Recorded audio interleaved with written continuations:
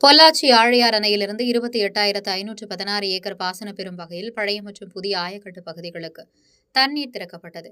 பொள்ளாச்சி அடுத்துள்ள மேற்கு தொடர்ச்சி மலைப்பகுதியில் பெய்த மழை காரணமாக ஆழியார் அணை நிரம்பியது. இந்நிலையில் ஆழியாறு அணையிலிருந்து புதிய ஆயக்காட்டு பாசனத்துக்கும் பழைய ஆயக்காட்டு இரண்டாம் போக பாசனத்துக்கும் தண்ணீர் திறந்துவிட ஆழியார் அணை பாசன விவசாயிகள் கோரிக்கை வைத்தனர். விவசாயிகளின் கோரிக்கையை ஏற்று பொள்ளாச்சி அடுத்துள்ள ஆழியார் அணையிலிருந்து தண்ணீர் திறந்துவிடப்பட்டது.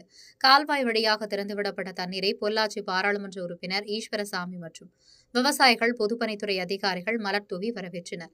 6,400 ஏக்கர் நன்சை நிலங்களில் இரண்டாம் போக பாசனத்துக்கு 146 நாட்களும், இதேபோல 22,116 ஏக்கர் பாசன பரப்பு உள்ள புதிய ஆயக்கட்டு பாசனத்திற்கு 135 நாட்கள் உரிய இடைவெளி விட்டு ஆழியார் அணையிலிருந்து தண்ணீர் திறந்துவிடப்படுகிறது.